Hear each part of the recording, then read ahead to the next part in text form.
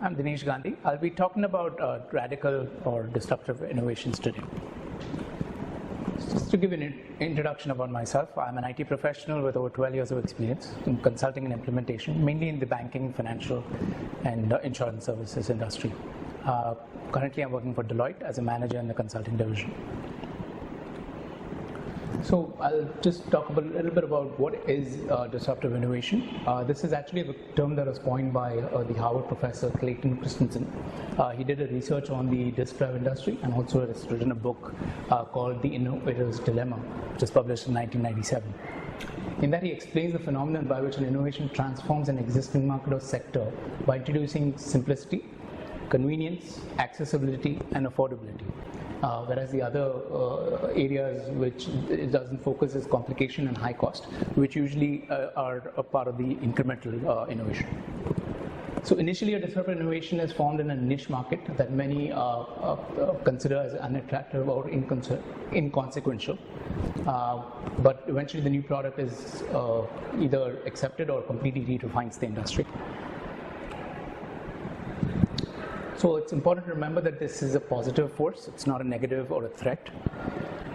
These actually are not breakthrough technologies that make good products better, rather they're innovations that make the products and services more accessible and affordable, thereby making them available to a much larger population. A good example is personal computers. Before this, it was either mainframes or mini computers, which are very expensive. Personal computers came in, they were cheaper, and basically was accessible to a lot of people. So they don't have to rule the market, they just have to change the market and force others to follow the suit. And the goal of disruptive companies is usually to challenge the conventional market and create a new one. So here there's an image which talks about the two innovations. One is incremental and the other is disruptive at the bottom. Incubants usually focus on sustaining innovations, which is up top, and disruptive innovations is basically entrants who work on this. One point which is to notice, usually performance is a line which comes from here and it goes here. So usually when you look at disruptive innovations, they don't focus mainly on bettering the performance. It's usually done to give access to a lot more people. So here you see that incumbents actually pursue sustaining innovations at higher ties because they understand the product. They basically are working on profitability, improving the product, adding functionalities, and so on and so forth.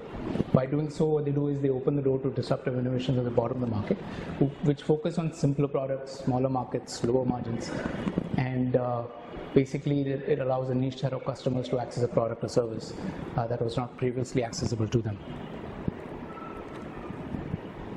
Also, disruptive innovation uses the concepts of Moore's law.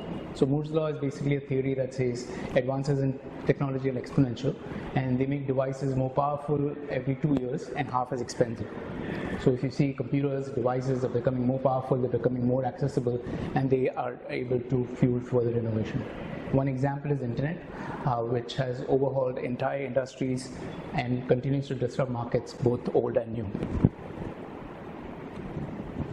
These are the examples of disruptive innovations. So on the left is a disruptor, right is a disruptee. So like I spoke about the mainframe and mini computers, the disruptor there was personal computers. Once people had access to them, they were able to do what these mainframes and mini computers were able to do. Fixed line telephony, and you had cellular phones. So a lot of people don't even have a fixed line phones nowadays.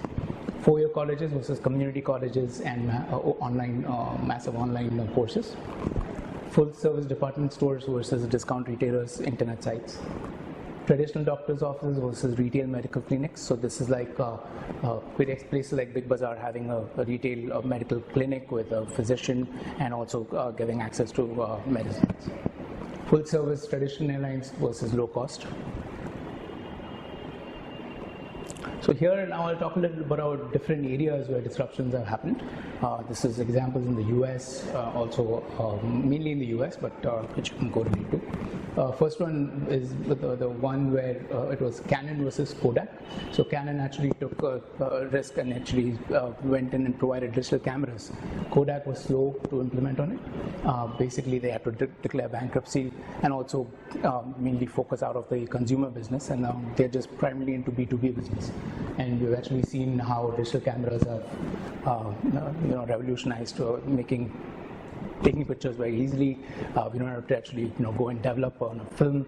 Basically, it's all digital now. Second one is the Apple iPad. So basically, they challenged the idea of a portable computer, and now they've pushed the tablet industry to become the leaders in them. And many people don't even use a laptop now; they just use tablets to get the work done. Google Apps is the other where they challenge conventional word processing and spreadsheet programs. So basically, you're working now in the cloud for all these tasks. Next one's on Skype. So basically, a low-cost telecommunication service that allows customers to call and message on the same interface. It's more convenient. It's at a low price. So it's basically, pushed the industry towards an internet-sourced technology. Next is Amazon. So Amazon is basically, they've sanctioned the market by digitalizing its distribution. So they offer books for the same price or lower, better services,